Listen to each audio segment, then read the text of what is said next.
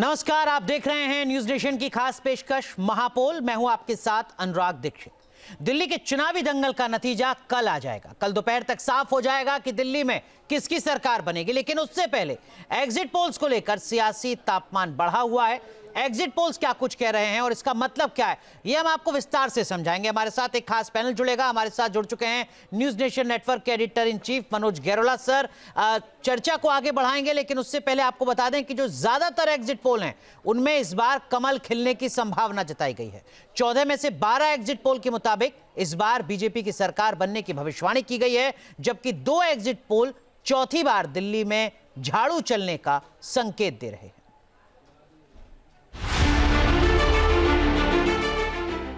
दिल्ली में हो रहे सबसे कांटेदार चुनाव के नतीजे में कौन बाजी मारेगा, इसे लेकर धुरंधरों के अपने अपने दावे। लेकिन एग्जिट पोल के अनुमानों ने एक तरफ जहां आम आदमी पार्टी के लिए खतरे की घंटी बजा दी, तो दूसरी तरफ बीजेपी की आंधी का अनुमान जताया। इस भविष्यवाणी का आधार क्या है, इसकी इनसाइड स्टोरी क्या है, वोट शेयर का गणित क्या कहता है, न्यूज नेशन पर बारीकी से देखिए पार्टी वाइज गुणा गणित और एग्जिट पोल का पूरा विश्लेषण। टुडेज चाणक्य ने बीजेपी को 51 सीटें मिलने का अनुमान जताया है, जबकि आम आदमी पार्टी को सिर्फ 19 सीटों पर संतोष करना पड़ सकता है। सर्वे के मुताबिक तीसरी बार भी कांग्रेस का खाता नहीं खुल सकता, यानी इस बार बीजेपी 27 साल बाद दिल्ली में फिर से सरकार बना सकती है, वो भी बम्पर बहुमत से। कुछ इसी तरह का अनुमान एक्सिस माई इंडिया के एग्जिट पोल में भी जताया गया है। एक्सिस माई इंडिया के मुताबिक बीजेपी को 45 से 55 सीट मिलने के आसार हैं, जबकि आम आदमी पार्टी को 15 से 25 सीट मिलने की ही संभावना है। वहीं कांग्रेस को 0 से 1 सीट मिल सकती है। शहमाद के खेल में अंडर करंट किसका रहा, ये तो नतीजे बताएंगे, मगर सीएनएक्स ने भी बीजेपी की लहर का ही अनुमान लगाया है। सीएनएक्स के सर्वे की माने तो बीजेपी को 49 से 61 सीटें मिल सकती हैं, जबकि आम आदमी पार्टी को 10 से 19 सीटों तक सिमटने का अनुमान है। सीएनएक्स ने भी कांग्रेस का खाता नहीं खुलने की भविष्यवाणी की है। तो क्या वाकई एंटी इनकम्बेंसी का इतना जोर रहेगा कि बीजेपी 50 पार चली जाएगी? इसका फैसला तो ईवीएम की गिनती के बाद होगा, लेकिन सर्वे एजेंसी मैट्रीज ने भी बीजेपी की सरकार बनने का अनुमान लगाया है। मैट्रीज के एग्जिट पोल में बीजेपी को 35 से 40 सीट मिलने की संभावना है, जबकि आम आदमी पार्टी का ग्राफ 32 से 37 तक रह सकता है, जबकि कांग्रेस को 0 से 1 सीट मिल सकती है। एग्जैक्ट पोल ही है। देखिए, जनता के पास वोट होती है, ये हारना उतना ही तय है जितना सूर्य को पूरब में उगना और पश्चिम में डूबना। एग्जिट पोल के द्वारा साइकोलॉजिकल प्रेशर बना करके ऑपरेशन लोटस चलाने की कोशिश हो रही है। आज सभी प्रत्याशियों को अरविंद केजरीवाल जी ने यह संदेश दिया है, आम आदमी पार्टी सरकार बनाने जा रही है। दिल्ली विधानसभा के बहुमत का जादुई आंकड़ा 36 है। 14 एजेंसियों के महापोल में बीजेपी को 42 सीट मिलने की संभावना है, जबकि आम आदमी पार्टी को 27 सीटें मिल सकती हैं। कांग्रेस को 1 सीट मिलने का आसार है, यानी पोल ऑफ पोल्स में भी बीजेपी बड़े आराम से बहुमत के जादुई आंकड़े को पार करती हुई दिख रही है और आम आदमी पार्टी पहली बार दिल्ली विधानसभा में विपक्ष की बेंच पर बैठ सकती है। लेकिन अब देखना दिलचस्प होगा कि दिल्ली का जनादेश किसके पक्ष में होता है, किसका दबदबा रहता है और किसका डब्बा गोल होता है। Team news nation. तो 5 तारीख को जब हमने आपको महापोल दिखाया था, उसके बाद में कुछ और एजेंसीज के भी एग्जिट पोल के आंकड़े सामने आए हैं, उन पर विशेष तौर पर चर्चा करते हैं। हमारे साथ एक और खास मेहमान जुड़ चुके हैं, मनोज कुमार सिंह जी जुड़ चुके हैं। आप एडिटर इन चीफ हैं मैट्रिक्स के। आपका भी मनोज जी स्वागत है। और मनोज जी, सबसे पहले आपसे समझना चाहूंगा, जब हम 5 तारीख को महापोल कर रहे थे, आपके आंकड़े दिखा रहे थे, तब से लेकर अब तक कुछ अपडेट आपके आंकड़ों में भी हुआ है क्या सर? किसी के भी आंकड़े में कोई अपडेट नहीं है। और अब आप देखिएगा कि जितने भी एजेंसियां कल लेकर अपनी एग्जिट पोल को आई हैं, सब उन्हीं परसेंटेज को टच की हुई हैं। अब परसेंटेज को देखने का 2 तरीका होता है। एक होता है कि मेरा जो परसेंटेज दिखा रहा है उनके कितना मैच कर रहा है। एक चीज उसमें सबसे बड़ी बात देखिए कि सबने ये बोला है कि आम आदमी पार्टी का 8 से लेकर 12% तक पोल गिरेगा, पिछली बार की अपेक्षा जो उनका वोट परसेंटेज था वो कम होगा। तो समानता पहले वहां से शुरुआत हुई। दूसरी बात है कि जो मैंने सीट का प्रेडिक्शन किया है, तो मैंने जो दिखाया है आपको कि हम जो मेरी सीट आएगी 35 से 40 सीट हमने बीजेपी को दिया है, उसमें मेरा जो सीट का रेंज है वो 5 सीटों का है। लेकिन दूसरी जो एजेंसियां दिखा रही है, आप देखिएगा कि 10 से 12 सीटों का रेंज देकर जा रहे हैं। एक बड़ा सेफ गेम खेला गया है कि भाई सीटों के प्रिडिक्शन में कोई गलती न रहे, इसलिए रेंज को थोड़ा बढ़ाकर दिखाया जाए। लेकिन वोट परसेंटेज के बात यदि करें तो मेरा मानना है कि 46% के करीब बीजेपी को आ सकती है, तो और एजेंसियों का मानना है कि 48% तक आ सकती है। तो 1-2% का एरर ऑफ मार्जिन चाहे कोई भी एजेंसी उसमें होता है। सीटों के प्रिडिक्शन में बहुत सारा जो है चेंजेस दिख रहा है, जैसे मैं 40 कर रहा हूं तो कोई 51 तक भी जा रहे हैं। तो लेकिन मनोज सर, माफ कीजिए, आपको रोक रहा हूं, ये चीज मैं आपसे समझना चाहूं, जब वोट प्रतिशत में केवल 2% का अंतर है, तो जो सीट हैं वो 40 से बढ़कर 55 तक कैसे आदमी बता रहा है? बाकी जो एजेंसी हैं, मैं वो उस पे अब क्लियर करता हूं। देखिए, होता क्या है कि सीट का एक अलग होता है मेथड और वोट परसेंटेज निकालने का मेथड अलग होता है। वोट परसेंटेज का जब मेथड निकालेंगे तो हम जाते हैं क्वालिटेटिव, जो मैंने बताया ना कि एक हमारे पास क्वालिटेटिव जो बनता है रिपोर्ट, जो पिछले 8, 7, 6 महीने से हम करते हैं कि उस विधानसभा में स्थितियां क्या बन रही है। तो मार्जिनल सीट फिर उसको हम लोग डिसाइड करते हैं कि मार्जिनल सीट है तो वोट परसेंटेज में वहां कैसे चेंज। अब ये उस सीट को ऐसे टच करने की चाह रहे हैं कि मैंने बताया ना कि जब रेंज को आप बढ़ा देंगे जी, यदि आप 45 दिखा रहे हो और रेंज आप 10 दे रहे हैं या 12 दे रहे हैं, तो आपका तो ऑलरेडी 57 तक अपर हैंड हो जाएगा ना। अब कोई दिखा रहे हैं कि भाई 6 प्लस माइनस हो सकता है, यानी कि उनको 12% का रेंज मिला है, मैं 5% का रेंज दे रहा हूं, तभी इसी यही कारण है कि सीटों में इतना बड़ा का आपका डिफरेंस दिख रहा है, लेकिन सब वहीं पे हैं। ठीक है, मनोज गरोला सर, आपसे भी समझना चाहूंगा, पिछले कुछ सालों में एग्जिट पोल की क्रेडिबिलिटी भले ही डाउटफुल हो, लेकिन जो क्रेडिबल एग्जिट पोल एजेंसीज हैं वो लगभग एक ही बात बता रही हैं कि दिल्ली में बीजेपी आ रही है। आप किस तरीके से इसको एनालाइज करते हैं सर? देखिए, ऐसा है कि पिछले 2 दिनों में आम आदमी पार्टी का जो रिएक्शन है, और ख़ास तौर से कल और आज, उसको देख के लगता है कि आम आदमी पार्टी में डेस्पिरेशन बहुत ज़्यादा है। अगर आप देखें तो कल उन्होंने कंप्लेंट करी थी कि उन्होंने कहा था कि उनके 16 जो कैंडिडेट्स हैं उनको भारतीय जनता पार्टी ने 15 करोड़ रुपए ऑफ़र किए, और जबकि अभी इलेक्शन के रिज़ल्ट नहीं आए, तो ये सारी की सारी हवा उन्होंने पहले ही बनानी शुरू कर दी। उससे मालूम चलता है कि डेस्पिरेशन है। दूसरा, आज उन्होंने एक अपनी पैरेलल इलेक्शन की वेबसाइट उन्होंने लॉन्च कर दी। वो एक ट्रांसपेरेंट इलेक्शन वेबसाइट के नाम से है, और उन्होंने ये डिमांड करा है कि जो फॉर्म 17C है वो इलेक्शन कमीशन अपने उसमें डाले। और जबकि पैरेलली ये पिछले साल ये सुप्रीम कोर्ट में केस गया था, एक एजेंसी थी वो ADR के नाम की जी, उस एजेंसी ने ये केस डाला था। उसके बाद कांग्रेस पार्टी भी गई थी, सुप्रीम कोर्ट ने इसको मना कर दिया था, और जहाँ तक मुझे मालूम है 1-2 दिन पहले भी शायद अभी कांग्रेस पार्टी दोबारा इस इशू को लेकर गई है। तो ऐसे में तो एक डेस्पिरेशन उनके अंदर दिखता है। और आप देखें कि जिस समय इलेक्शन शुरू हुआ था, जिस समय इसकी डेट अनाउंस हुई थी, उस समय आम आदमी पार्टी का एक बहुत बड़ा ऐस था, पूरा नैरेटिव आम आदमी पार्टी सेट करती थी और बीजेपी उसको रिस्पॉन्ड करती थी। लेकिन जैसे जैसे इलेक्शन की डेट नज़दीक आती गई तो आम आदमी तो उस समय गेम काफ़ी ज़्यादा चेंज हो गया। उस समय बीजेपी नैरेटिव सेट करने लगी और आम आदमी पार्टी को रिस्पॉन्ड करना पड़ा। और मेरे को लगता है कि शायद उनके पास कुछ इन्फॉर्मेशन होगी, उनके जो बड़े नेता थे वो अपनी सीट तक ही लिमिटेड रह गए थे, या बाकी पूरे भी जो उनके वर्कर्स थे, वॉलंटियर्स थे, उनकी पूरी की पूरी ताकत उन्होंने, वो जो VIP सीट्स थी 3, 4, 5 उनकी जो सीट्स थी, पूरी की पूरी ताकत उनकी वहीं पे थी।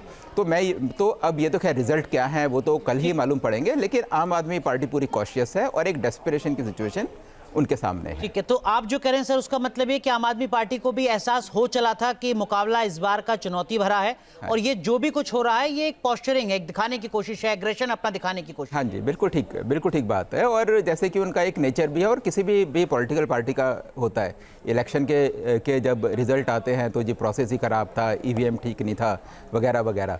तो एक ऐसी चीज़ है कि तो ये तो हो सकता है कि इलेक्शन के रिजल्ट आम आदमी पार्टी के फेवर में आए, हो सकता है कि उनके फेवर में ना आए, लेकिन एक वो जो डेस्परेट वाली सिचुएशन है वो आज की डेट में दिखती है। ठीक है, लेकिन मनोज कुमार सिंह सर, एक चीज़ आपसे भी समझना चाहूँगा, ये तो कल तय होगा, काउंटडाउन हमारा भी चल रहा है, लगभग 12 घंटे का इंतजार और 13 घंटे का इंतजार और, लेकिन फिर भी क्या कहीं कोई ऐसी संभावना नजर आती है कि ये जो तमाम क्रेडिबल एजेंसीज के एग्जिट पोल हैं ये सारे गलत साबित हो जाए? क्या इसकी कोई संभावना दिल्ली में, आपका इंटरनल असेसमेंट आपको बताता है क्या?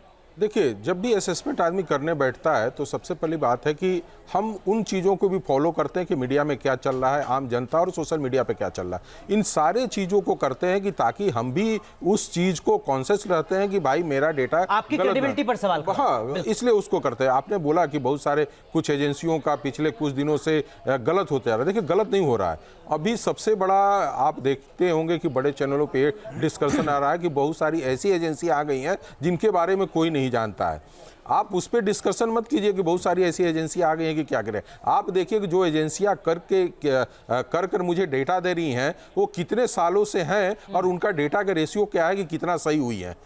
तो आप वहां से उसका डिसाइड कीजिए। यदि कोई नया व्यक्ति एंकरिंग करने आ रहा है तो ऐसा नहीं है कि उसको कोई जानकारी नहीं है या उसको लेकर चैनल को ऐसा करना चाहिए। तो आप एजेंसियों पे मत उठाइए। आप अपने खुद जो रिपोर्टर होते हैं ग्राउंड पे उनसे भी हम पूछते हैं कि क्या है। और जब हम डेटा लेकर आते हैं तो उस दिन मनोज सर ने बहुत सारे लोगों से मुझसे भी क्वेश्चन करा कि आप इन सीटों पर बताइए कि क्या है। लगभग सबका वही रिपोर्ट मिल रहा था जो मैं देख रहा था कि जो मेरा अपना ओपिनियन था। तो आम आदमी के प्रति एक तो था कि इंडियन इनकम्बेंसी दिख रही थी, करप्शन चिपका हुआ था लोगों के बाद में। लोग सुविधाओं से ज्यादा जो अपने क्षेत्र की सुविधाएं थी जैसे पानी, बिजली, सड़क, उस पे ज्यादा ध्यान केंद्रित किए थे। और लास्ट जो बजट था उससे जो मिडिल क्लास था उसको तोड़ने में भारतीय जनता पार्टी बड़ा माने उस बजट के तो काम की है। लेकिन मनोज गेरोला सर, केवल मैट्रिक्स जो मनोज कुमार सिंह जी की एजेंसी है, केवल उन्होंने ही थोड़ी सी दरियादिली दिखाई है। वो बता रहे हैं कि आम आदमी पार्टी को 32 से 37 सीटें मिल सकती हैं, वरना जो बाकी और क्रेडिबल एजेंसीज हैं वो एक तरफा मुकाबला है। बीजेपी को 50, 55, कहीं 60 तक पहुंच गए हैं। तो क्या इस तरीके का चुनाव आपको भी नजर आ रहा है कि वो इस बार का चुनाव वाकई एक तरफा है? देखिए, एक तरफा है या नहीं वो तो हमें कल ही मालूम होगा। लेकिन एक बात तो साफ है कि पिछले इलेक्शन में और इस इलेक्शन में जो मेन डिफरेंस है वो क्या है कि पहले वाला जो इलेक्शन था वो उस इलेक्शन में अरविंद केजरीवाल की जो एक छवि थी, बड़े साफ ईमानदार एक जो नेता है उसकी छवि थी। वो पॉलिटिक्स में आए थे, पूरी पॉलिटिक्स को चेंज करने के लिए। उन्होंने कहा था कि वो कोई सरकारी सुविधा नहीं लेंगे, बंगला नहीं लेंगे और करप्शन उनको और वो एंटी करप्शन पर आए थे। लेकिन क्या हुआ पिछले 5 साल में कि करप्शन उनके ऊपर इस कदर चिपक गया कि एक आम आदमी को महसूस होने लगा कि जो शराब घोटाला है उससे उसकी ज़िंदगी इफ़ेक्ट हुई है। और दूसरा फिर अरविंद केजरीवाल वहाँ गए, जेल भी गए और उनके जितने बड़े नेता थे सारे के सारे जेल में थे। और दूसरा, जब उन्होंने अपने घर में काफ़ी पैसा खर्च किया, भले ही वो सरकारी घर था शीश महल के नाम से, तो उसके कारण मिडिल क्लास तो उनसे दूर हटी है, इसमें तो कोई शक की बात ही नहीं है। दूसरा, जो लोअर क्लास थी वो उनके साथ थी क्योंकि उसको फ्री में बिजली मिलती थी, फ्री में उनको पानी मिलता था और बसों में महिलाओं को सुविधा थी। तो जिस समय अरविंद केजरीवाल ने बोला कि हर महिला को 2100 रुपये हर महीने मिलेंगे, तो आपको ध्यान होगा कि ये 1 महीने पहले की बात है। उस समय क्या हुआ कि उन्होंने फॉर्म भरवाने शुरू कर दिए जी। और उनके जहां वो फॉर्म भर आते थे उस बूथ के सामने लाइनें लगती थी सुबह से शाम तक। फिर एक डेटा उन्होंने करा था कि 35 लाख महिलाओं ने इसके पर्चे भरे हैं। तो उस समय अरविंद केजरीवाल और आम आदमी पार्टी का एक बहुत बड़ी वो थी, लहर थी। लेकिन बाद में जब बीजेपी ने कहा और कांग्रेस पार्टी ने कहा कि हम 2500 रुपये महीना देंगे, और जब मोदी ने खुद बोला कि ये मोदी की गारंटी है, तब मेरे को लगता है कि आते आते जिस समय बीजेपी ने अपनी कैंपेनिंग शुरू करी तो मेरे को लगता है कि जो लोअर क्लास है, लोअर क्लास का वोटर भी हो सकता है कि उनकी तरफ शिफ्ट कराओ। और एक और जो मुद्दा था वो क्या था, जहाँ तक सिविक फैसिलिटीज़ की बात है, नाली की बात है, सफाई की बात है, तो पिछले इलेक्शन तक आम आदमी पार्टी के पास एक बहाना था कि MCD हमारे पास नहीं है। तो अगर ये तो और जो भी और शहर में जो भी गलत चीज़ें हैं उसकी जिम्मेवार बीजेपी है। लेकिन इस इलेक्शन में उनके पास वो बहाना नहीं था। जब भी एक आम आदमी अपने घर के बाहर देखता था कि सड़क गंदी है, कोई डेवलपमेंट का, तो शीला दीक्षित के बाद कोई पिछले 10 साल में काम नहीं हुआ। और ये मेरे ख्याल से इस इलेक्शन में एक बहुत बड़े मुद्दे थे और हो सकता है कि इसके कारण भी कुछ वोट आम आदमी पार्टी से शिफ्ट हो भी। मनोज कुमार सिंह जी, जो आपकी एजेंसी है उसने कांग्रेस पार्टी को अधिकतम 1 सीट दी है, बाकी भी जो क्रेडिबल एजेंसीज हैं वो ज्यादातर या तो खाता ही नहीं खुल रहा है या फिर एक सीट मिल रही है। बाकी क्रेडिबल एग्जिट पोल एजेंसीज की मैं बात कर रहा हूं, लेकिन वोट प्रतिशत लगभग बढ़कर दुगना हो जा रहा है, 4 से 8% के आसपास हो जा रहा है। क्या इसका मतलब यह है कि लगभग हर कॉन्स्टिट्यूएंसी पर कांग्रेस पार्टी ने डेंट किया है किसी पॉलिटिकल पार्टी को? अगर हाँ तो वो कौन सी पॉलिटिकल पार्टी है, बीजेपी या आम आदमी पार्टी? देखिए, सबसे पहले तो कह दें कि भाई जो मेरी एजेंसी का है कि उसमें आम आदमी पार्टी के लिए कुछ ऑप्शन छोड़े हुए हैं, तो मैं यहाँ से शुरुआत करूँगा तो समझने में शायद आपको आसानी होगी जी। सारे लोगों ने 8% कांग्रेस को वोट परसेंटेज दिया है, किसी का 7 भी है और किसी का 9 भी है, जितनी भी एजेंसियों का आया है। मैं यहीं आकर थोड़ा अपने आप को रोका कि भाई अधिक कांग्रेस को 10% से ऊपर आते हुए वोट नहीं दिख रहा है, तो इतना बड़ा 51 और 55 की सीटों का हम उम्मीद नहीं कर सकते हैं। क्योंकि 12 सीटें ऐसी हैं जो मुस्लिम बहुल इलाकाई जिसको कहा जाता है, और इसके बाद उतना ही का करीब शेड्यूल कास्ट का हमारा है। शेड्यूल कास्ट का वोटर टूटा हुआ है, तो जो आम आदमी पार्टी है उसका एक हम फिगर लेकर चलते हैं तो 22-23 से ही स्टार्ट होती है कि ये उनकी सेफ सीटें दिख रही हैं, इसके बाद वो करेंगे जो यहां से नंबर शुरू होता है, नंबर शुरू होता है, तो ये सेव करें। तो अधिक कांग्रेस से ज्यादा वोट परसेंटेज लाते हुए नहीं दिख रही है, तो इस तरह का कोई बड़ा बदलाव आते हुए दिख रहा है तो थोड़ा सा आश्चर्य होगा। लेकिन मैंने क्या बोला कि सीट रेंज होने के कारण ये इतनी बड़ी आपकी संख्या दिख रही है। सीटों में वोट परसेंटेज वही है, जब आप 10-15 सीटों का रेंज लेंगे 70 सीटों पे, तो मैं जो फिगर दिखाऊंगा 40, तो उनका ऐसे ही 45-46 से शुरू हो जाएगा, क्योंकि क्या है तो वो उसके कारण ये फिगर दिख रही है। दोनों हम वही समान है। रही बात कि कौन सी सीटें ऐसी हैं जहां पे वोट कटा है, कांग्रेस ने डेंट किया, तो जैसे यदि हम ले लेते हैं दिल्ली का संदीप दीक्षित, कैंडिडेट ने काटा है। आप एक चीज जान लीजिए, वहां पे कहिए कि पार्टी ने वोट काटा है कांग्रेस ने, ऐसा कुछ नहीं है। तो जो इनके कैंडिडेट थे 5-6 ऐसे कैंडिडेट थे जिनके ऊपर उन्होंने चुनाव अच्छे तरीके से लड़ा, उसमें से एक संदीप दीक्षित को भी ले सकते हैं, जैसे अब मुस्तफाबाद का ले सकते हैं, IMIA का कैंडिडेट काफ़ी बड़ा अच्छे तरीके से लड़ा है और आम आदमी पार्टी का वोट काटा है उन्होंने, और उस वहाँ पे यही स्थिति बन रही है। मैंने उस दिन भी बताया था कि हो सकता है कि बीजेपी निकल भी जाए। तो इसी तरह से कैंडिडेट वाइज वोट कटा है, लेकिन आम आदमी पार्टी का वोट आप देखेंगे जिसमें भी जितनी भी एजेंसी आई हैं, जो वोट कटा है वो सबसे ज्यादा वो वोट कहीं शिफ्ट होते हुए दिख रहा, तो भारतीय जनता पार्टी की तरफ शिफ्ट होते जा, जैसे 9% से लेके 12% तक हम लोग आम आदमी पार्टी मतलब का आप जो कह रहे हैं उसका सरल शब्दों में मतलब ये कि कांग्रेस ने उतना ज्यादा नुकसान नहीं पहुंचाया आम आदमी पार्टी को, 2-4 सीटें छोड़कर सीधे बीजेपी ने ही वो वोट छीना है आम आदमी पार्टी से, और नाराजगी के कारण इंडियन कम्युनिस्ट। मनोज सर, आप सहमत हैं इस बात से? आपको भी लग रहा है ऐसा? जी हाँ, ऐसा है। और अगर आप देखें तो क्योंकि जिन बूथ पर जहाँ इलेक्शन थे, इलेक्शन वाले अलग-अलग कॉन्स्टिट्यूएंसीज में, अलग-अलग कॉन्स्टिट्यूएंसी में जब मैंने देखा, विजिट किया, तो नई दिल्ली में हर बूथ में संदीप दीक्षित के वहाँ टेबल लगा हुआ था और उसके आगे थोड़े लोग खड़े थे। लेकिन जब मैं पीतमपुरा गया तो वहाँ सिर्फ आम आदमी पार्टी और वो थी, बीजेपी थी। शकूर बस्ती में आम आदमी पार्टी, बीजेपी। वहाँ पर कांग्रेस की प्रेजेंस वहाँ थी नहीं, खास कम से कम जहाँ मैं था वहाँ तो नहीं थी। लेकिन नई दिल्ली में अगर आप देखते तो कांग्रेस की प्रेजेंस हर जगह थी। और दूसरी चीज़ ये है कि जो 10 साल की जो एंटी वो है इनकम्बेंसी है, वो मेरे को भी लगता है कि एक बड़ा फैक्टर है। 10 साल में तो देखो, अनलेस एंड अनटिल कि आपने बहुत ही ज़्यादा डेवलपमेंट का काम किया हो, या ठीक पहले आपने सोशल वेलफेयर स्कीम्स ऐसे वो है निकाली है कि आपका जो अपोजिशन है उसका रिकॉर्ड ठीक नहीं है। यहाँ क्या हुआ कि जब बीजेपी ने बोला कि हम 2500 रुपये देंगे, तो लोगों को ध्यान है कि भाई ठीक है, कि मध्य प्रदेश में वो पैसा मिला है, महाराष्ट्र में वो पैसा मिला है, और कई तरीके की सोशल वेलफेयर स्कीम्स हैं। वहीं आम आदमी में पार्टी ने जो चीज़ प्रॉमिस करी थी पंजाब में वो चीज़ आज तक नहीं मिली। तो हो सकता है कि ये भी एक बड़ा फैक्टर हो कि जो नीचे के तबके का लोग है वो भी थोड़ा शिफ्ट हुआ होगा बीजेपी की तरफ। ठीक है, वही सवाल जो मैंने मनोज कुमार सिंह जी से पूछा था सर, वक्त थोड़ा कम है। आप इन सारी टैलीज को देखकर, क्रेडिबल एजेंसीज के एग्जिट पोल को देखकर और ग्राउंड पर तमाम चीज़ों को देखकर, क्या आपको लगता है कि कहीं ये टैली बदल सकती है ड्रास्टिकली कल, या मुकाबला इस बार काफ़ी दिलचस्प है और चुनौती भरा है आम आदमी पार्टी के लिए? देखिए, एक बात तो फैक्ट है कि ये जो मुकाबला है ये काफ़ी ज़्यादा वो है, मुश्किल है। तो इस तरीके से आम आदमी पार्टी को जिस तरीके से उनका पहला इलेक्शन था या फिर दूसरा इलेक्शन था, उसके मुकाबले ये सबसे बड़ी चुनौती अरविंद केजरीवाल के सामने है इस बार। और उसके पीछे की बड़ी वजह आपको लगता है? एंटी इनकम्बेंसी है 10 साल की, और दूसरा कि बीजेपी ने इलेक्शन बहुत अच्छे तरीके से फाइट करा, और आम आदमी पार्टी से जो उम्मीद थी उनकी वो छवि खराब हो गई, ईमानदार वाली छवि खराब हो गई, डेवलपमेंट वर्क कुछ हुआ नहीं।